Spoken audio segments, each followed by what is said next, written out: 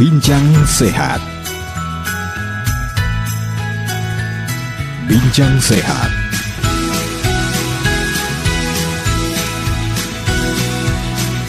Bincang Sehat. Bahkan bukan hanya satu fungsi bagi tubuh kita, tadi ada disebutkan berbagai fungsi yang ini ketika akhirnya fungsi ini bermasalah, akhirnya terjadi dampak juga ke bagian-bagian tubuh kita yang lainnya. Tadi ada sumsum tulang belakangnya, bisa jadi osteoporosis bahkan, atau bahkan tadi juga ada ketidakseimbangan ya dari enzim yang ada di tubuh kita ya. Oke, baik. Nah ini tadi manfaatnya kita sudah singgung sedikit nih mengenai manfaat dari ginjal yang kemudian membuat salah satu latar belakang diperingatinya Hari Ginjal Sedunia. Berikutnya angka kejadiannya gitu ya. Ketika kita memperingati hari ini sebagai hari yang spesial itu tanggal 10 Maret kemarin, seberapa banyak sebenarnya di sekitar kita ini masih ada masyarakat yang mengidap penyakit ginjal gitu. Apakah memang salah satu penyakit yang tinggi angka kejadiannya baik di Temanggung, di Indonesia atau bahkan di dunia, Bu Anissa? Yang pertama kalau untuk di dunia sendiri memang ginjal itu juga penyakit ginjal ya, khususnya penyakit ginjal kronis itu menjadi salah satu penyebab kematian terbesar juga di urutan ke berapa itu agak 30-an. Okay. Tapi kalau untuk di Indonesia sendiri, nah prevalensi penyakit ginjal kronis ini cukup tinggi. Jadi dia ini menempati urutan ke-10 sebagai penyebab kematian. Oke, jadi tidak bisa dianggap remeh ini ya. Oke. Di Temanggung sendiri apakah banyak para penderita penyakit ginjal di kabupaten kita ini? Kalau untuk Temanggung mungkin saya coba ambil case yang ada di RSUD ya misalnya. Itu memang angka kejadian CKD kalau chronic kidney disease ya biasanya kita juga menyebutnya itu cukup tinggi dan bahkan sekarang sudah menyasar anak-anak muda yang kalangan usianya jadi masih bukan muda hanya orang-orang sepuh gitu ya. Iya, yang mana suspeknya kan harusnya biasanya ini yang sudah lansia ya ternyata sekarang sudah bergeser. Nah ini ada apa Bang? Dari asupan makannya, dari pola makan atau dari apa gitu. Nah ini sebenarnya mau kita tanyakan ke Bu Anissa ya, pendengar teman-teman. Sebenarnya apa sih penyebabnya? Apalagi tadi dijelaskan kan kalau kita berpikir biasanya ini terjadi pada lansia karena mungkin memang fungsi organ tubuhnya sudah menurun, bukan hanya ginjal bahkan organ yang lainnya. Tapi ini kok ternyata faktanya anak muda juga mulai banyak yang menderita penyakit ginjal. Apa saja sih yang bisa menjadi penyebab ginjal kita bermasalah gitu? Jadi kita mengenal yang namanya faktor risiko gitu. Kita bagi jadi 4 poin saja ya. Jadi pertama ada poin suspectability, si suspek ini, yang kedua inisiasi, yang ketiga ada poin progresi, dan yang keempat end-stage renal disease. Jadi yang pertama dari suspek dulu. Sebenarnya kalau memang dia lansia memang dia berisiko untuk mengalami penyakit ginjal kronis lebih tinggi dibandingkan yang umurnya masih muda. Nah, akan tetapi perlu hati-hati karena pada kenyataannya anak muda sekarang juga banyak yang sudah mengalami penyakit ginjal kronis. Gitu. Yang kedua, bisa juga karena BBLR, dulu berat badan lahirnya rendah, atau ada riwayat keluarga terdahulu dengan penyakit PGK ini, itu. Nah, selanjutnya untuk faktor inisiasi, ini adalah faktor-faktor yang memperbesar peluang terjadinya penyakit gagal ginjal ini atau penyakit ginjal kronis ini. Yang pertama diabetes, lalu ada hipertensi, ISK, autoimun dan lain sebagainya. Mungkin ada batu ginjal juga ya. Nah, kalau trennya dulu itu sebenarnya ISK dan lain sebagainya itu menempati urutan pertama penyebab terjadinya penyakit ginjal kronis. Nah, sekarang ini di Indonesia khususnya hipertensi dan diabetes itu menjadi penyebab utama. Nah, kenapa? Ternyata memang karena pola makan masyarakat pola hidup dan lifestyle di Indonesia ini sudah mulai berubah, junk food dan lain sebagainya, sehingga terkena diabetes, hipertensi yang nantinya juga akan berkorelasi ke terjadinya penyakit ginjal kronis begitu. Kalau masyarakat awam ini kan selama ini mengaitkan gangguan di ginjal ini dengan kurangnya minum gitu ya Bu Anissa. Ini apakah benar memang seperti itu, ada dampak dari kurang minum air putih menjadi adanya kerusakan di ginjal atau gimana? pengaruhnya sebenarnya dari air minum ini? Iya, betul. Jadi asupan cairan ya, mungkin lebih ininya. Itu juga menjadi salah satu faktor risiko atau penyebab. Kalau misal kita asupan cairannya kurang dari yang kita butuhkan, ya otomatis nanti itu secara terus-menerus ya. Dalam jangka waktu yang lama akan memperberat kerja ginjal yang pada akhirnya akan terjadi itu tadi penyakit ginjal kronis gitu. Jadi cairan ya, lebih ke cairan. Nah, apa boleh ketika misalkan nih saya kayaknya minumnya nggak kurang gitu ya, dan setiap harinya banyak, tapi dia minum minuman yang dalam kemasan, yang berpengawet ya, minuman berenergi misalkan, itu apakah bisa menggantikan fungsi dari air putih itu untuk tubuh kita? Ya, jadi yang pertama yang perlu diluruskan tadi asupan cairannya itu tidak hanya dari minuman. Jadi misal kita dari makanan, dari buah kan juga ada buah yang mengandung banyak air, misalnya semangka. Terus misal dari makanan kita makan sayur, sop gitu misalkan, itu juga ada cairannya gitu. Nah, kebutuhan cairan itu setiap orang berbeda. Jadi ada rumusnya nanti, tapi kurang lebih ya 8 gelas per hari per 230 ml itu sudah kurang lebih mencukupi ya, kebutuhan itu. Nah, kalau untuk konsumsi cairan atau minuman ya tadi seperti minuman kemasan mungkin ya, terus minuman berenergi seperti itu justru kalau misal kita konsumsi terlalu banyak, efeknya akan tidak baik untuk ginjal. Kenapa? Karena di situ minuman-minuman tersebut itu tinggi gula, tinggi natrium. Kadang juga kalau untuk minuman berenergi ya ada tinggi fosfor, tinggi natrium juga. Ya, yang mana kalau misal istilahnya zat gizi itu berlebihan kita asup secara terus-menerus gitu juga nggak akan baik untuk kesehatan ginjal, gitu akan merusak ginjal seperti itu.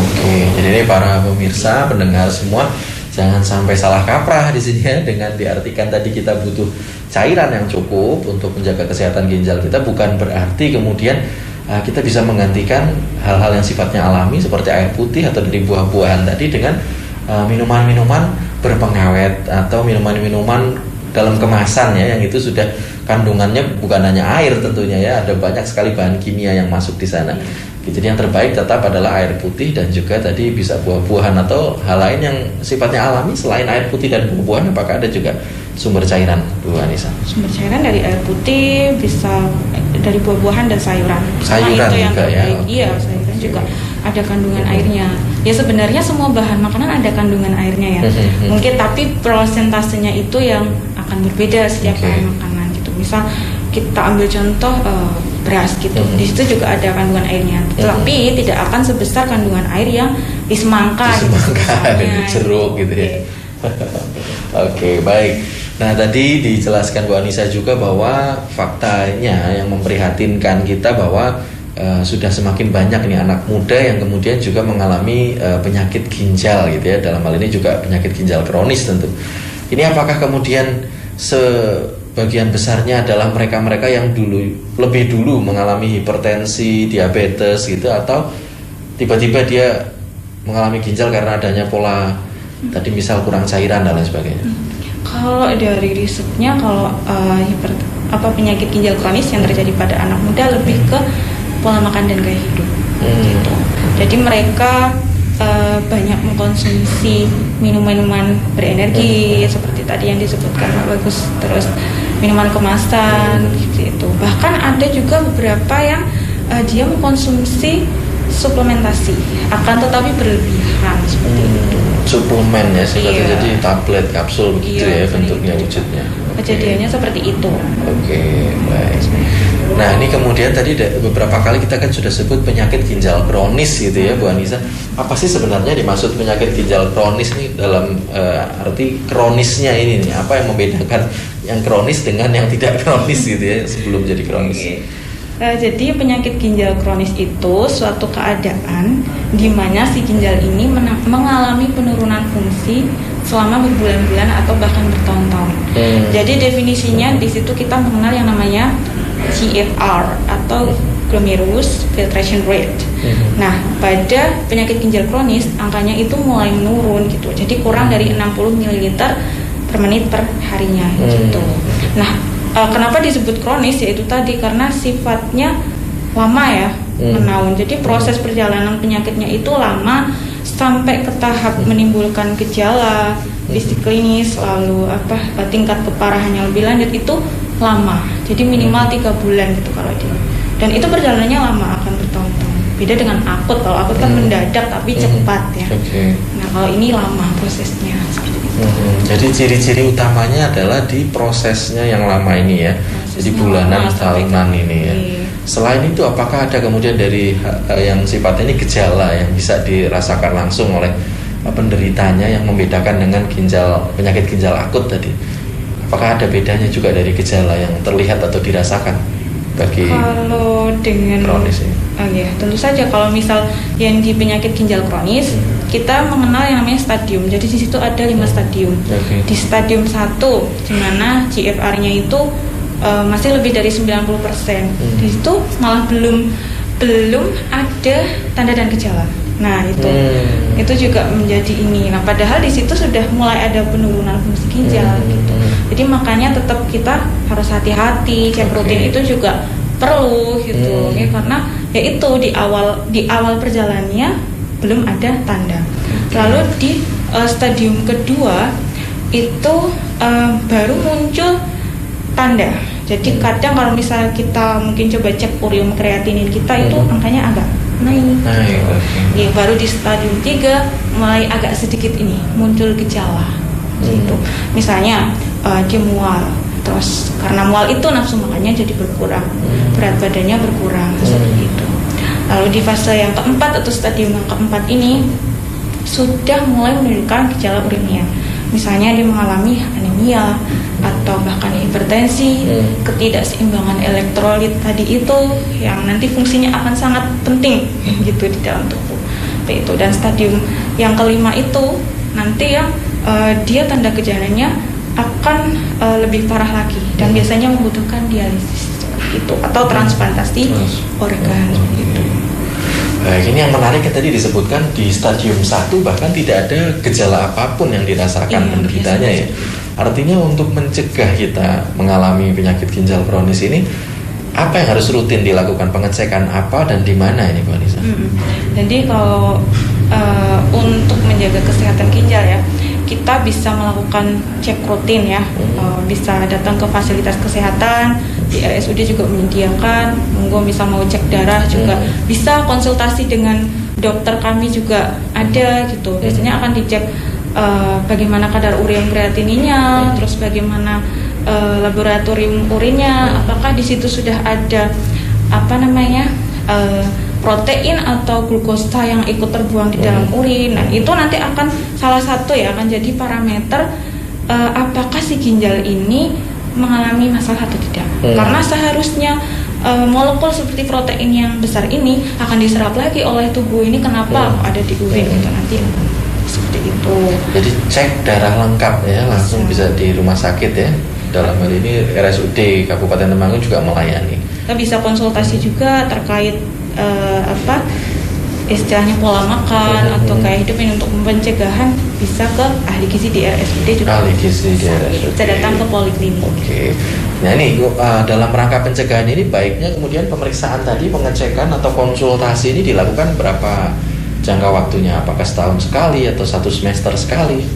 Biasanya untuk medical check up rutin itu setahun sekali. Setahun sekali cukup. Kalau ini misal untuk usia dewasa sehat, maksudnya kalau untuk lansia yang lebih rentan, apalagi ada faktor risiko, itu frekuensinya harusnya lebih ini lagi ya, lebih intens lagi, apalagi sudah merasakan ada tanda dan gejala itu jangan-jangan gitu kan. Mencegah lebih baik gitu, untuk selanjutnya lebih parah kan bisa dicegah. Baik. Nah kemudian tadi di stadium 3 baru muncul adanya gejala seperti mual tadi dijelaskan Bu Anissa.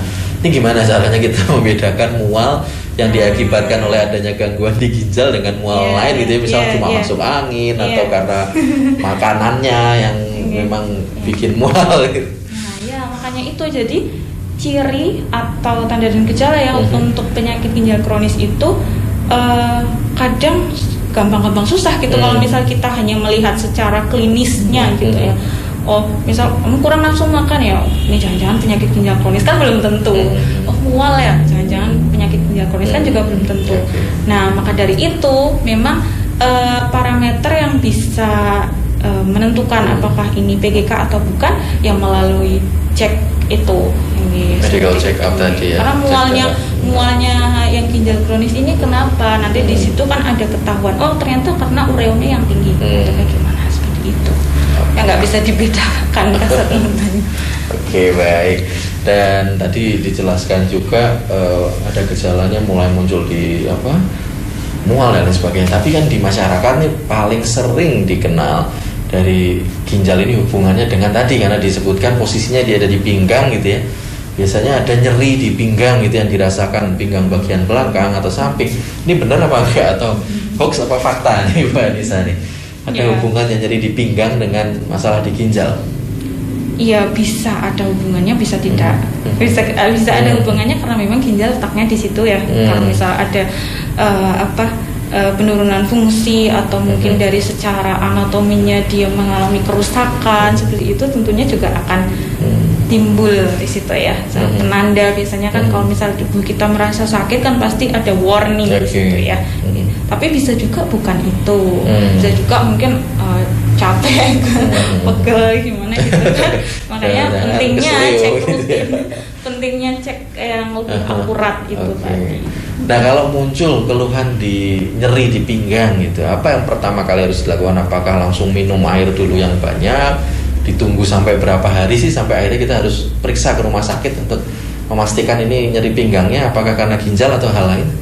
Ya mungkin memang lebih baiknya segera konsultasikan ke dokter daripada kita istilahnya itu ilmu tebak-tebakan ya, nggak apa-apa gitu. Takutnya kalau misal ini diketahui lebih dini kan nantinya terapi yang lebih efektif itu bisa dilaksanakan gitu, sehingga progresivitas penyakitnya ini juga bisa dihambat gitu istilahnya. Kalau ilmu sepertinya ini atau katanya dengar-dengar kalau seperti ini kan kurang tidak akurat gitu ya. Semakin cepat kita menangani keluhan, semakin cepat juga penyembuhannya gitu ya. Oke, semakin menarik pendengar dan pemirsa semua, dan nanti kita masih akan lanjutkan lagi bincang-bincang bersama Ibu Anissa Nur Azizah, sarjana gizi dalam rangka Hari Gizi Sedunia. Untuk itu tetap bersama kami akan kembali setelah yang berikut ini. Bincang sehat, bincang sehat, bincang sehat. Oke, pendengar dan pemirsa semua, kita kembali lagi di Bincang Sehat dan saya masih bersama Bu Anissa Nur Azizah, sarjana gizi. Kita di sini akan membahas tema gizi dalam upaya preventif dan kuratif pada penyakit ginjal kronis dalam rangka Hari Gizi Sedunia. Baik, Bu Anissa, kita lanjutkan lagi. Tadi Bu Anissa sudah jelaskan tanda-tanda gejalanya, bahkan tadi ada 5 stadium yang kemudian dialami oleh para penderita penyakit ginjal kronis ini. Nah, kemudian tadi sebenarnya sudah sedikit disinggung sih ya, adanya pengaruh asupan gizi terhadap kesehatan ginjal. Nah, mungkin tapi bisa dijelaskan lebih detail lagi nih oleh Bu Anissa, seperti apa sih sebenarnya pengaruh dari asupan gizi terhadap kesehatan ginjal kita sampai akhirnya bisa juga adanya terjadi ginjal kronis nih, hubungannya dengan asupan gizinya seperti apa? Ya, baik. Kalau yang pertama memang yang terpenting tadi sudah kita bahas ya, cairan. Kalau misal cairannya kurang yang kita asup, itu jelas akan berpengaruh ya terhadap kesehatan ginjal. Yang kedua, pola makan atau gaya hidup yang kurang sehat itu. Hal ini misalnya konsumsi tinggi gula. Konsumsi tinggi gula ini akan berisiko terhadap terjadinya diabetes. Nah, diabetes ini juga nanti ada hubungannya sama penyakit ginjal kronis seperti itu. Akan berisiko ke situ juga. Lalu asupan yang tinggi natrium seperti itu. Tinggi natrium ini apa saja contohnya? Tinggi natrium itu makanan yang contohnya seperti makanan kemasan, makanan kalengan, lalu makanan yang diawetkan, diasinkan seperti itu natriumnya tinggi. Makanan yang diproses menggunakan untuk buat kue itu sodium bikarbonat ya, baking soda. Nah, itu kan isinya natrium di situ. Kalau mengkonsumsi itu dalam jumlah yang banyak terus menerus, itu akan menyebabkan hipertensi. Si hipertensi ini nanti juga akan menyebabkan penyakit ginjal kronis. Sekalipun juga pada mekanismenya terjadinya penyakit ginjal kronis itu sendiri juga dapat menyebabkan hipertensi seperti itu. Jadi saling berkaitan seperti itu. Terus minuman yang tinggi gula, terus tinggi fosfor seperti itu kan, minuman bersoda itu kan yang warnanya hitam-hitam itu, yang gelap-gelap itu fosfornya, gulanya, natriumnya itu. Wah, kalau dikonsumsi terus ya minuman berenergi, suplemen seperti itu. Yang intinya pengaturan makannya itu tidak seimbang, ada sesuatu yang berlebihan di situ. Jadi artinya di sini nyambung juga ketika disebutkan Bu Anissa di awal tadi, ini hubungannya dengan pola hidup, pola makan kita ya. Akhirnya juga anak muda makin banyak yang ikut menderita penyakit ginjal kronis ini, karena memang dari yang dijelaskan Bu Anissa tadi, mau tidak mau sepertinya makanan minuman di sekitar kita saat ini yang disuguhkan ya seperti itu gitu ya, di pasaran, di sekitar lingkungan hidup kita ya, makanan-makanan yang tadi diasinkan, diawetkan, makanan yang manis, minuman manis, bersoda, kayaknya menjadi bagian dari kehidupan masyarakat modern saat ini ya. Itu yang perlu diwaspadai ternyata. Nah, kalau sampai hal-hal tadi, makanan minuman jenis yang dijelaskan Bu Anissa itu mau tidak mau akhirnya tidak bisa dihindari, misalkan jadi bagian gaya hidup masyarakat, yang bisa disebut tidak berlebihan itu seperti apa? Apakah misalkan minumnya seminggu sekali atau sebulan sekali atau gimana sih? Jadi kita ada patokan untuk konsumsi gula, garam, minyak ya. Kalau garam itu gula dulu. Gula itu maksimal kita mengkonsumsi 4 sendok makan sehari. Maksimal itu ya. 4 sendok maksimal. Makan. Okay. Maksimal. Lalu kalau untuk garam itu maksimal 1 sendok teh. 1 sendok teh. Iya. Jadi tadi gula itu 4 sendok makan udah gabungan makanan dan minuman ya. Iya. Misalkan pagi sudah minum teh 2 sendok gula. Iya. Berarti sisa tinggal 2 sendok lagi gitu ya sampai malam ya. Misal kita sudah ya bikin teh 2 sendok. Terus nanti kita mau konsumsi misal roti nih, biskuit. Dalam 1 keping biskuit itu dilihat di nutrition fact-nya itu gulanya seberapa gram. Jadi kalau bisa diperkirakan dalam 1 sendok makan itu kira-kira 10 sampai 12 gram. 12 gram ya. Gitu. Makanya kalau misal di sini kalau saya makan 3 biskuit berarti gulanya 6 gram gitu. Misal. Berarti itu sudah menambah asupan setengah sendok makan. Gitu. Jadi bisa benar-benar ngontrol detail nih kita harusnya mendengar saya. Kalau untuk garam tadi ya, 2 sendok. 1 sendok. Oh, 1 sendok teh atau sehari.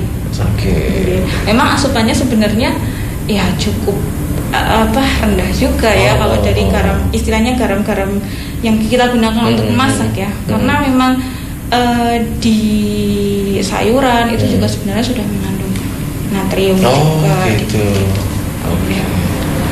Oke, ada lagi selain gula dan garam yang perlu kita ketahui asupannya seperti apa idealnya Bu Anissa? Iya, tadi kalau misal untuk konsumsi minuman yang bersoda, minuman berenergi, itu ada penelitian yang menyebutkan kalau misal konsumsinya itu dalam 1 bulan lebih dari 3 kali, maka faktor risikonya akan meningkat 25 kali untuk terjadinya penyakit ginjal kronis.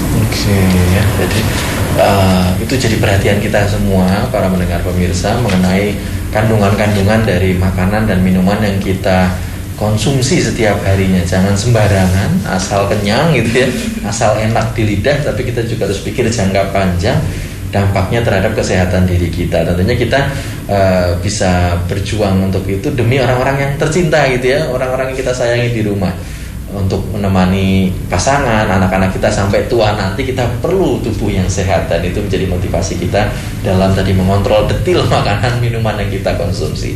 Oke, nah ini sudah ada beberapa pertanyaan dari pendengar dan pemirsa di rumah. Saya mohon izin membacakan Bu Anissa satu persatu. Yang pertama, saya keluarga pasien HD mau bertanya, makanan apa saja yang harus dikonsumsi supaya HB stabil tidak turun? Ini dari Mbah Putri Sutarto. Terima kasih pertanyaannya. Memang ini keadaan yang sering sekali terjadi pada penyakit ginjal kronis, khususnya mereka juga yang sudah HD gitu ya. Jadi memang ya ini cukup tricky juga ya, karena kalau kita berbicara bagaimana manajemen gizi atau penata laksanaan gizi pada pasien penyakit ginjal kronis, di situ memang ada asupan protein yang perlu diperhatikan gitu. Nanti akan berbeda, ini saya sampaikan dulu ya, nanti akan berbeda diet dalam artian ini adalah pengaturan pola makan. Jadi bukan diet biasanya yang beredar di masyarakat, diet itu kan menurunkan berat badan ya. Gitu, kenapa nggak makan diet gitu. Jadi lebih luas lagi, diet itu pengertiannya adalah pengaturan pola makan. Seperti itu. Itu akan berbeda pada penyakit ginjal kronis yang pre-dialisis, yang sudah menjalani dialisis, dan dialisisnya itu pun akan berbeda pada mereka yang menjalani hemodialisa biasa atau yang peritoneal dialisis, seperti itu. Ini nanti terkait kebutuhan energi protein terutama, karena kalau pada pasien HD itu kan istilahnya katabolismenya juga akan lebih tinggi, jadi proteinnya akan berbeda kebutuhannya dengan pasien PGK yang sebelum HD, seperti itu. Nah, memang tadi kalau ginjalnya bermasalah itu salah satu risikonya nanti ke belakang adalah adanya anemia atau HB-nya rendah gitu. Biasanya pasien ini di rentang 89 gitu, kurang naik turunnya itu seperti itu, memang cenderung rendah gitu. Karena memang hormon yang berfungsi untuk merangsang pembentukan sel darah merah di situ memang produksinya terganggu karena ginjalnya terganggu itu. Nah, kalau dari pendekatan gizi ya, dari gizi sendiri, kita berikan protein dalam jumlah yang cukup. Jadi akan berbeda. Nanti kalau yang pre-dialisis itu kebutuhan proteinnya sekitar 0,6 sampai 0,8 gram per kilogram berat badan ideal per hari. Nah, kalau sudah dialisis, kebutuhannya akan lebih meningkat lagi. Lebih banyak. Ya, antara 1 sampai 1,2 gram per kilogram berat badan ideal per hari. Per hari. Gitu. Nah, kalau menghitung berat badan ideal sudah tahu semua ya mungkin ya. Mungkin bisa di-share lagi nggak apa-apa. Ya, saya contohkan misal untuk perhitungan berat badan ideal laki-laki. Sebenarnya ada banyak rumus, cuma ini yang paling mudah ya, bisa dihitung sendiri di rumah. Tinggi badan dikurangi 100 dikurangi tinggi badan kurangi 100 kali yang sudah dikalikan 10%. Itu untuk laki-laki gitu. Tinggi badan dikurangi 100. Iya, dikurangi tinggi badan dikurangi 100 yang dikalikan 10%. Dikali 10%. Jadi kalau misal ini seorang laki-laki tinggi badannya 160 cm. Berarti 160 dikurangi 60 dikurangi ya 160. Nah, 60 kali 10% 6. Jadi 60 dikurangi 6 54 ya. Jadi berat badan idealnya kisaran 54 seperti itu. Nah, kalau untuk kebutuhan protein dengan berat badan 54 kita ambil misal 1,2 ya. Berarti sekitar berapa itu?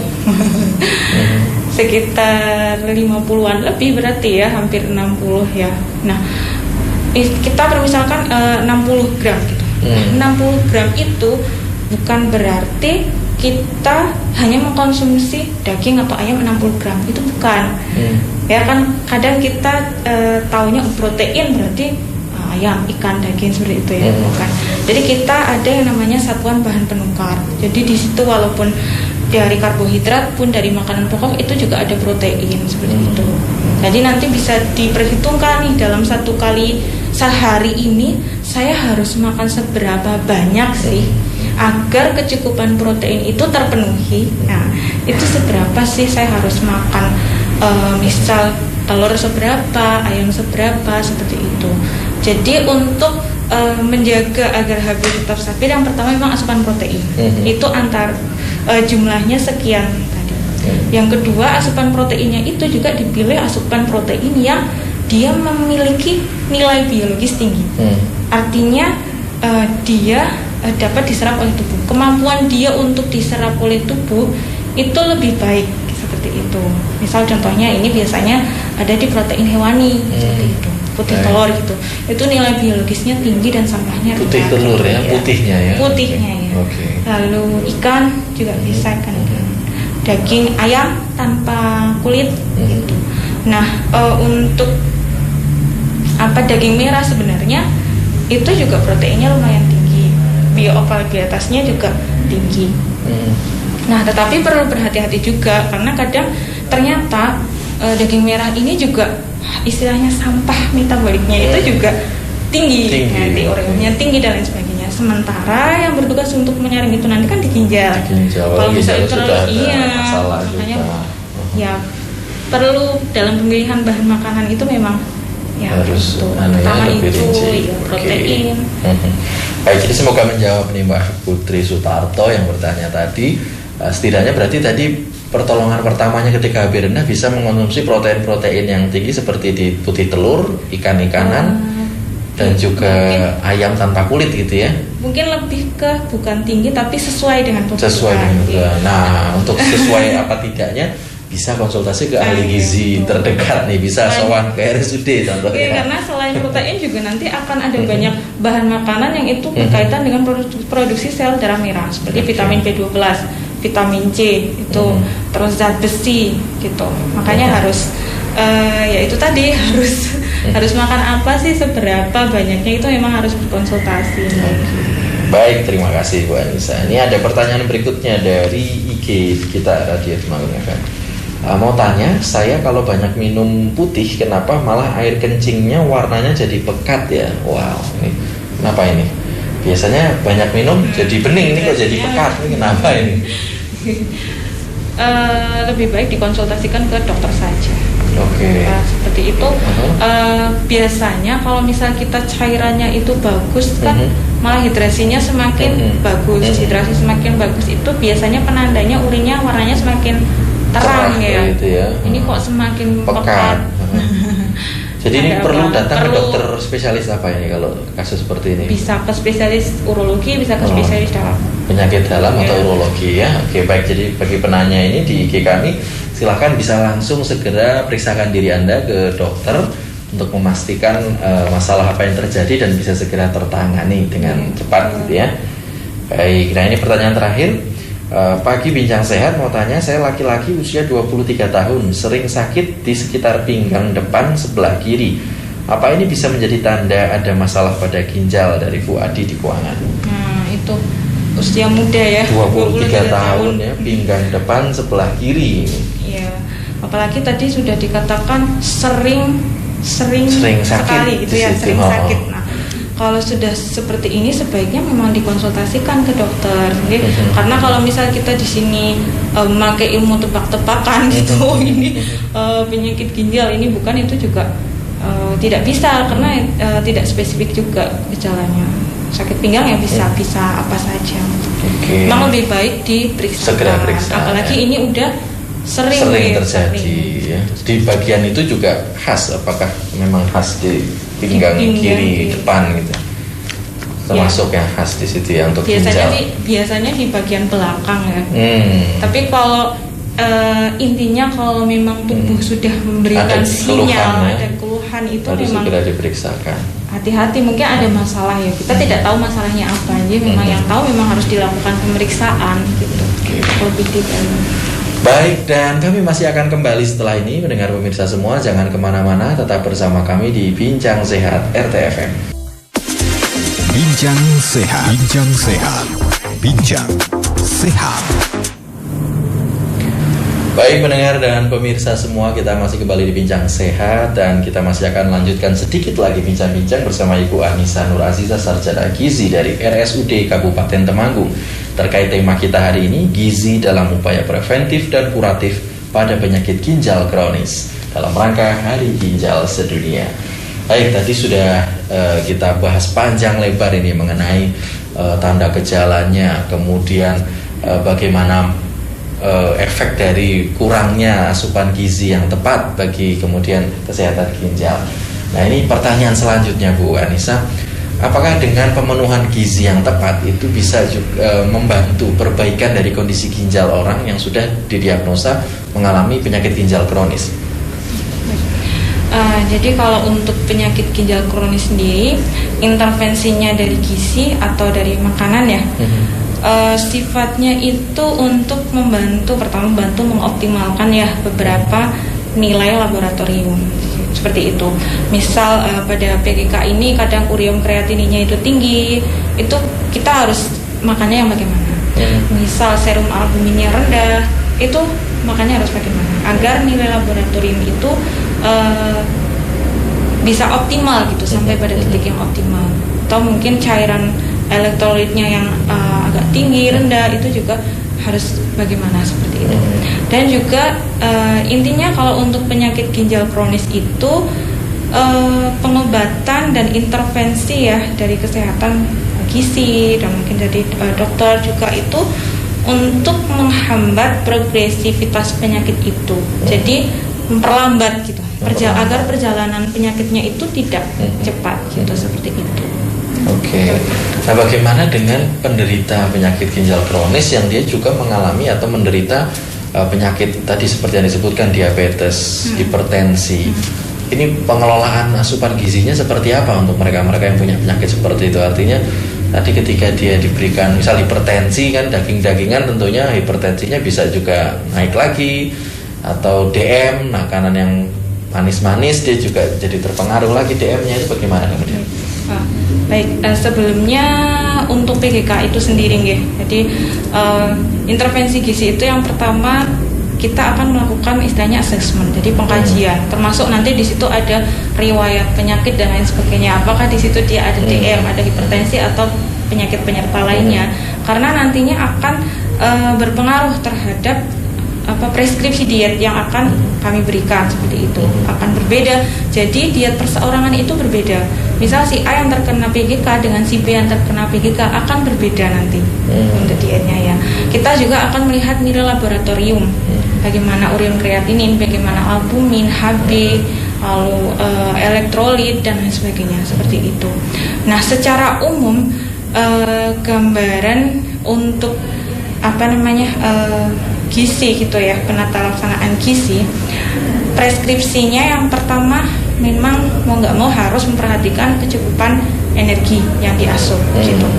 Karena pada kenyataannya pasien yang PGK ini mereka kan jadi rasanya mual gitu. Kalau misal sampah ureumnya terlalu tinggi, kadang kan kayak ras pupuk gitu kan, baunya kayak gitu. Nah, itu terus menerus seringnya ada di pasien PGK kan, nggak enak ya, pastinya nafsu makannya turun. Nah, itu asupan juga perlu diperhatikan. Energinya harus mencukupi, yaitu sekitar 30 sampai 35 kilokalori per kilogram berat badan ideal per hari. Itu tadi berat badan ideal sudah bisa ya, tinggal dikalikan. Oh, berarti saya misal berapa nih kebutuhannya, 1900 kilokalori per hari, seperti itu. Nah, untuk proteinnya itu kalau misalnya dia predialisis tadi antara 0,6 sampai 0,8. Kalau yang untuk hemodialisa biasa itu antara 1 sampai 1,2 gram. Kalau untuk yang peritoneal tentunya dia akan lebih tinggi lagi kebutuhannya, bisa sampai 1,5. Beda lagi nanti untuk yang sudah dia beruntung ya mendapatkan donor terus bisa transplantasi organ, itu nanti juga kebutuhan proteinnya akan berbeda lagi. Itu seperti itu. Untuk kebutuhan lemaknya itu berkisar antara 20 sampai 25% dari kebutuhan kilokalorinya, seperti itu. Dengan lemak jenuh kurang dari 10% ya. Jadi kalau untuk gorengan dan lain sebagainya itu dibatasi. Memang karena asupannya maksimal 10% ya. Seperti itu. Dan untuk asupan karbohidratnya ya sisa dari penjumlahan tadi masih berapa persen, nah itu slot untuk konsumsi karbohidrat. Itu untuk makronutrien. Nah, kita mengenal juga yang mikronutrien. Jadi intervensinya kalau di PGK ini yang pertama kita kalsium. Di pasien PGK ini rentan mengalami osteoporosis, seperti itu. Kenapa? Ada banyak faktornya. Yang pertama, si ginjal ini ketika dia bermasalah ternyata dia akan lebih untuk mempertahankan fosfor. Jadi fosfor yang tinggi di dalam darah itu biasanya dia akan menyebabkan kalsifikasi tulang, terus pengerasan pembuluh darah, seperti itu. Nantinya kan akan berpengaruh di situ. Lalu vitamin D yang memang bentuk aktifnya itu harusnya di ginjal, di prosesnya di ginjal, Itu kalau misalnya bentuknya bermasalah kan nanti pengaktifan vitamin D juga bermasalah. Padahal vitamin D ini nanti yang juga dia membantu menyerapkan kalsium. Lagi-lagi kalsium juga berperan untuk kesehatan tulang ya, vitamin kalsium. Itu jadi asupannya kalau kalsium itu antara 1.200 mg per hari untuk orang dewasa ya. Itu biasanya kalau misal kondisi tertentu, kadang ada beberapa dokter juga yang memberikan suplementasi kalau memang diperlukan. Itu hanya jangan aku konsultasi karena ya nanti pendekatannya perorangan akan berbeda. Itu kalsium. Yang kedua kalium. Nah, si ginjal ini juga akan cenderung mempertahankan kalium. Jadi makanya ada istilah hiperkalemia gitu. Kalau dia bermasalah seperti itu. Hiperkalemia ini kalau misal dipertahankan ya akan bahaya juga. Dia akan menyebabkan aritmia jantung atau bahkan henti jantung. Makanya nanti asupan kalium pada pasien PGK itu perlu dibatasi seperti itu. Itu tidak lebih dari 4.700 mg per hari. Nah, kalium ini paling banyak di sayuran, di buah-buahan. Makanya kadang kan aku pasien PGK terus tanya ya, lu saya makannya apa gitu. Buah-buahan nggak boleh, bukan nggak boleh ya, tapi kayak banyak pantangannya seperti itu. Nah, nanti kalau misal untuk sayuran hijau seperti bayam, brokoli, kembang kol, buncis itu yang banyak kaliumnya tinggi seperti itu. Terus buah-buahan juga nanti ada pisang, jeruk, melon, nanas. Bukan nanas, kalau nanas malah rendah ya kaliumnya. Durian, nangka seperti itu bagaimana? Kalau untuk sayuran ada tipsnya. Jadi untuk mengurangi kadar kalium itu nanti cara memasaknya bisa dipotong-potong terlebih dahulu, lalu direndam di air hangat kurang lebih 2 jam. Nanti airnya dibuang. Jadi itu bisa ya kurang lebih mengurangi kalium. Iya, 30-40%. Itu baru dimasak seperti itu. Itu kalium ya, jadi perlu dibatasi. Nanti daftar list buah-buahan yang memang tinggi kalium itu juga banyak banget. Contohnya kayak pisang. Pisang itu dalam 100 gramnya mengandung kalium sekitar 360 mg. Nah, jeruk itu sebenarnya tidak masuk ke dalam golongan yang tinggi kalium. Jadi dia dalam 100 gramnya kaliumnya hanya sekitar 180 mg. Nah, akan tetapi kita juga perlu memperhatikan asupan. Jangan mentang-mentang ini karena kaliumnya rendah. Iya, jadi banyak gitu. Jadi kalau ibaratnya ini pisang tinggi kalium, tapi kita dalam satu kali makan pisang misal itu beratnya satu URT-nya itu sekitar 100, pada kadang ada yang 80 gitu misal. Kita hitung aja misal itu asupan kaliumnya 300. Sedangkan kalau kita makan satu buah jeruk itu kalau kita timbang jeruk yang seukuran segini itu 150 lebih, bahkan ada yang 200. Makanya itu kan malah kadar kaliumnya yang kita asup kan malah 360 bisa lebih banyak.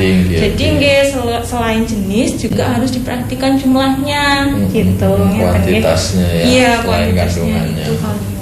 Lalu untuk fosfor sendiri, fosfor ini juga perlu dibatasi karena memang dia malah dipertahankan di tubuh itu banyak. Kadang juga ada dokter yang memberikan fosfor binder gitu kan. Jadi untuk agar lebih optimal lagi gitu, tidak terlalu banyak di dalam tubuh seperti itu.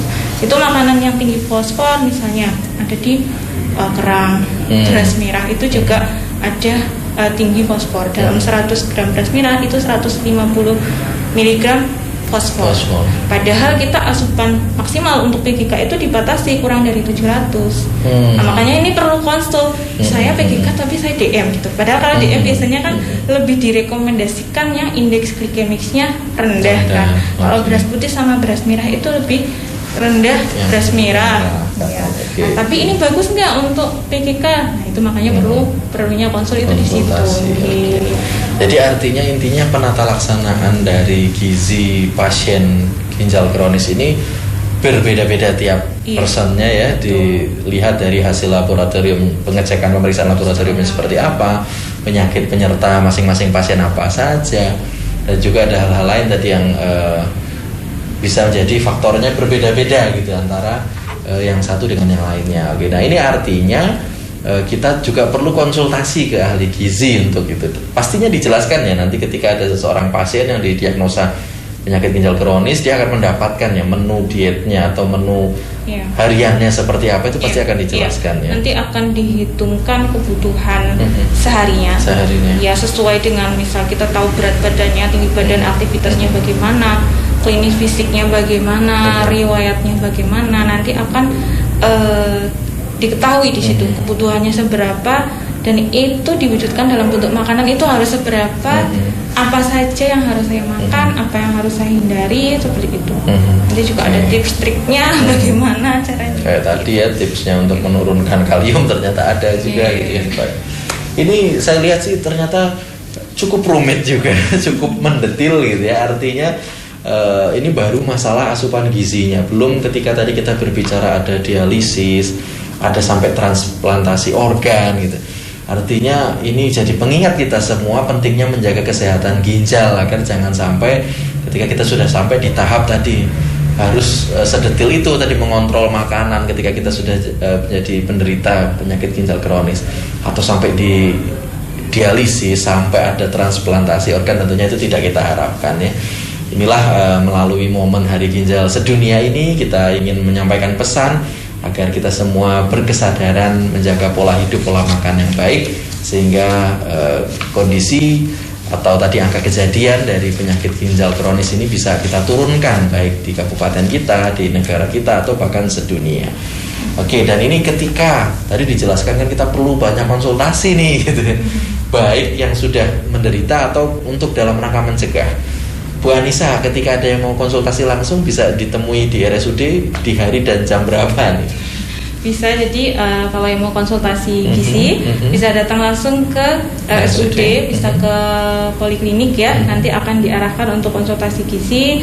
Bisa setiap hari Senin sampai Sabtu. Senin sampai Sabtu ya tersedia. Hari Minggu juga bisa ada yang. Oh, bahkan Minggu bisa dilayani. Ini untuk mau konsultasi bisa gitu. Dan juga sebenarnya kalau nggak mau repot nih, bingung ini saya sudah konsultasi banyak banget, ini menunya kayak gini kok ribet banget ya kayak gitu. Kami di gizi juga menyediakan catering sehat sebenarnya untuk masyarakat di bahkan di rumah bisa dilayani. Oke, baik. Insya Allah segera launching ya. Mungkin kalau mau dicatat nomornya buat bisa disebutkan silahkan ya. Bisa ke 081 229 921 266. Nah, mungkin bisa diulang sekali lagi mungkin ya. 081 229 921 266. Itu adalah nomor catering sehatnya ya. Nanti kita juga akan bekerja sama dengan Grab. Bisa dipesan melalui aplikasi Grab. Tapi ini masih proses gitu. Jadi untuk sementara bisa dikepo-kepo dulu di nomor WA-nya. Di situ juga sudah ada bisa katalog. Tanya-tanya gitu ya. Ada katalog menunya, bisa dikepo dulu. Oke, ini kita doakan semoga segera terrealisir, berjalan baik, menjadi solusi untuk kita semua masyarakat di Kabupaten Temanggung. Baik, terima kasih banyak atas sharing ilmunya Bu Anissa dan juga RSUD Kabupaten Temanggung. Semoga informasi yang kita sampaikan hari ini menjadi informasi yang bermanfaat untuk kita semua. Dan pemirsa semua, nantikan terus Bincang Sehat dengan tema dan tamu lain yang tidak kalah menarik setiap hari Senin jam 11 siang di radio kesayangan Anda, RTFM 94.8. Baik, dan ini saatnya saya dan segenap kru yang bertugas undur diri. Atas kurang dan lebihnya mohon maaf. Wassalamualaikum warahmatullahi wabarakatuh. Bincang Sehat. Bincang Sehat.